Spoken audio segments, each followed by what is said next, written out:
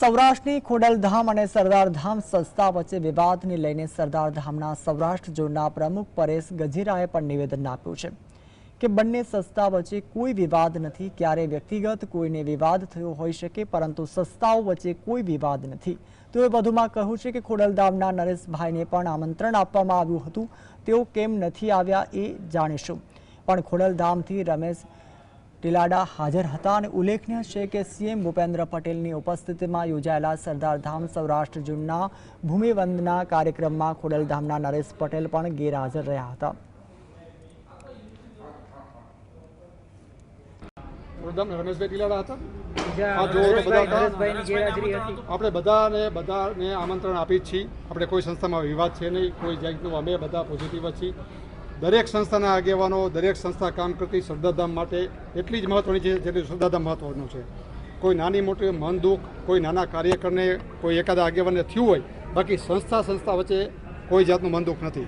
એટલે ઇન્વિટેશન અપાયેલું છે। જી બધાને પોતપોતાની અગવડતા પોતાના કાર્યો હોય, એટલે નથી આવ્યા એનો અર્થ એવો ન હોય કે એમને ઇન્ટરેસ્ટ નથી અથવા એ અલગ છે।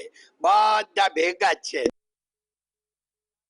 સરદારધામના ભૂમિવંદના કાર્યક્રમમાં ઉપસ્થિત રહેલા સીએમ ભૂપેન્દ્ર પટેલ ઉપસ્થિત રહ્યા હતા, જ્યાં તેઓએ પાટીદારોને સરદારના વંશજ કહેવાને અને ક્યારેક મગજ જતું રહે તે ખબર નહીં તેમ કહીને મગજ શાંત રાખવા પણ અપીલ કરી છે। તેઓએ કહ્યું કે પાટીદાર સમાજ એક લેવલ પર આવ્યો છે, હવે તેમણે જૈન સમાજમાંથી શીખવાની જરૂર છે કે મગજ શાંત રહેવું જોઈએ। સીએમ ભૂપેન્દ્ર પટેલે પાટીદાર સમાજના યુવાનોને શિક્ષણ, ઉદ્યોગ અને સામાજિક સેવામાં આગળ વધવા પ્રોત્સાહન પણ આપ્યું હતું। સરદાર વલ્લભભાઈ પટેલના વિચારોને અનુસરી સમાજને એકજૂટ અને સશક્ત બનાવવાની સંદેશ પણ આપ્યો છે। આપણે બધા તો પાછા સરદારના વંશજો કહેવાઈએ, એટલે ક્યારેક મગજ જતું રહે એ ખબર નહીં। એટલે હું મનસુખભાઈ બે ચિંતા કરતા હતા કે આપણે દરેક સમાજમાંથી સારું શીખવું જોઈએ।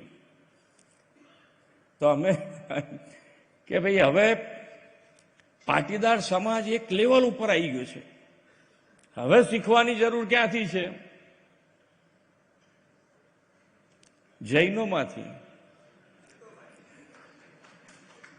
કે મગજ શાંત રહેવું જોઈએ। હવે કોકને નાની મોટી તકલીફ જ્યારે થઈ હોય ત્યારે તમે જોયું છે તો સીએમ સાહેબે આજે એક સૂચન કર્યું કે વાણી સિવાય પાટીદારો પાસે બધું છે, અને વાણીમાં સંયમ રાખી અને પાટીદારો આગળ વધે, આવું એક સજેશન હતું એનું। તો વાણીથી જ બગડે છે, તો આજે સંયમ જેટલો રાખે સમાજના આગેવાનો, સમાજના કાર્યકરો, તો એટલું જ બધું સારું છે। બાકી નીચે અહીંયા હું તમને કહી દઉં કે લગભગ 10 થી 12 ખોડલધામના ટ્રસ્ટી હતા, ખોડલધામમાં સક્રિય આગેવાનો તો બધા હતા।